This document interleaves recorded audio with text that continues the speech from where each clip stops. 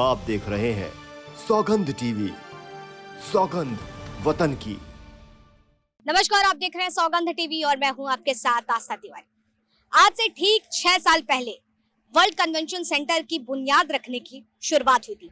हमारे पीछे देख सकते हैं वो 6 साल पूर्ण हो चुके हैं और वर्ल्ड कन्वेंशन सेंटर बन करके तैयार हो गया है। अगर इस बात पे चर्चा की जाए तो ये G20 के लिए सबसे अहम है और भारत के लिए एक सबसे अहम ये बिल्डिंग बताई जा रही है, क्योंकि 13,510 किलोमीटर के क्षेत्रफल में फैली ये बिल्डिंग के अंदर ही जो है G20 शिखर सम्मेलन के राष्ट्राध्यक्षों के साथ में जो है बैठक होगी, मीटिंग होगी और चर्चा होगी देश के विकास को आगे बढ़ाने की। मैं अपने कैमरामैन से कहना चाहूंगी कि आपको वो तस्वीरें दिखाएं और ये बताने की कोशिश करें कि ये कितना बेहद अहम है, इसकी तह को जानना। दरअसल प्रगति मैदान नवीनीकरण की शुरुआत जून 2017 में हुई थी।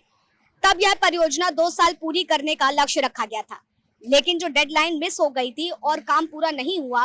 फिर अगर बात की जाए तो 2020 की डेडलाइन रखी गई थी, लेकिन कोरोना के कारण जो है कहीं ना कहीं कठिन जो मुसीबतें थी वो हर किसी ने झेली थी और उस दौरान इसके कार्य पे भी जो है मुसीबतों का पहाड़ टूटा था। लेकिन G20 शिखर सम्मेलन के लिए दिल्ली में जो तमाम तैयारियां चल रही थी उसमें एक सबसे अहम भागीदार इस बिल्डिंग को भी बताया जा रहा है, क्योंकि जिस तरीके से इसका नाम ही है वर्ल्ड कन्वेंशन सेंटर बिल्डिंग, तो उससे हम इस बात को समझ सकते हैं कि प्रगति मैदान पर बनी यह बिल्डिंग कितनी अहम रहने वाली है।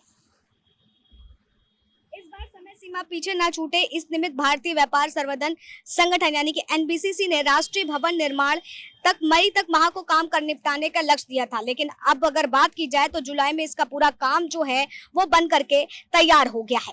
प्रगति मैदान नवीनीकरण की परियोजनाओं के बारे में अगर बात करें और इस बिल्डिंग के बारे में बात करने की कोशिश करें और महत्वपूर्ण इसकी विशेषताएं बताएं, तो आपको बताते चलें कि कन्वेंशन सेंटर के साथ एक VIP लॉन्ज, 2 सभागार और डाइनिंग रूम भी हैं, जिनमें से प्रत्येक की क्षमता 600 से 900 लोगों तक की रहेगी। इसके अंदर 600 से 900 लोग जो हैं आराम से आ सकते हैं। प्रधानमंत्री के लिए 25 कमरों का एक अलग कॉम्प्लेक्स भी रहेगा, जहां बैठकें और सेमिनार जैसी चीजें होंगी।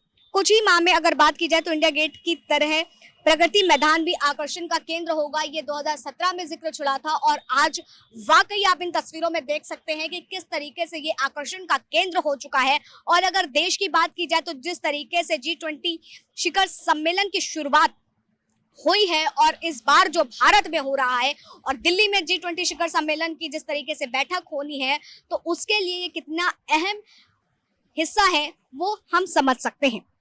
लगातार हम आपको बता रहे हैं कि प्रगति मैदान कन्वेंशन सेंटर की चीन की राजधानी बीजिंग स्थित अंतर्राष्ट्रीय कन्वेंशन सेंटर भी भव्य होगा।